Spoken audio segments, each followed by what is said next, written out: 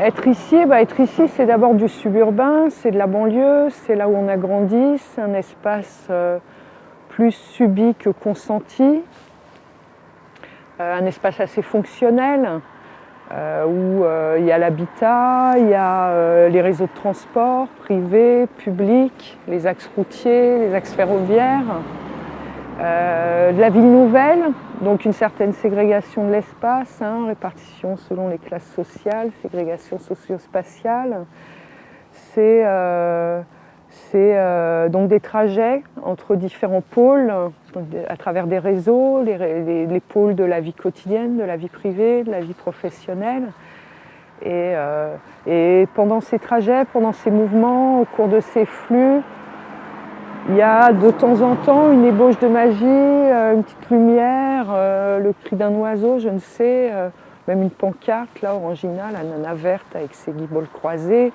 C'est ces petites choses qu'on capte malgré tout, qui relèvent du rêve, de l'imaginaire, mais dans un espace hyper fonctionnalisé, où il faut héberger comme ça toutes ces populations qui gravitent autour de la capitale, qui ont été un peu parquées pour se happer un petit bout de jardin ou trouver un logement. C'est des destins qui se croisent en permanence, sans pouvoir forcément achoper les uns aux autres. Des espaces, des espaces de latence au milieu des différents pôles de l'existence qui nous construisent, qui nous donnent une identité, mais dans laquelle on peut très vite devenir qu'un pâle reflet d'une certaine réalité, quoi. Donc c'est peut-être dans ces mouvements qu'il y a quelque chose de différent, qu'il y a peut-être le hasard, la surprise qui peuvent intervenir, surgir. Si rarement, c'est précieux. Voilà, il y a des sens giratoires, il y a des ronds-points, il y a des panneaux de circulation, il y a des noms de rues.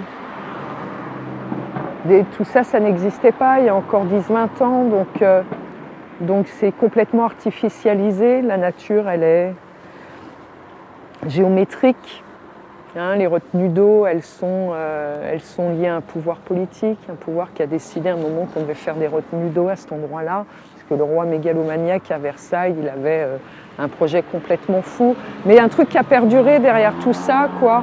Derrière où est-ce qu'on va loger toutes ces populations qui gravitent autour de la capitale ou de n'importe quelle ville, cette centralité urbaine qui se dissout comme ça dans l'espace semi-rural sur lequel on empiète en permanence. Cette coexistence. Il n'y a plus grand-chose de très naturel dans tout ça, quoi.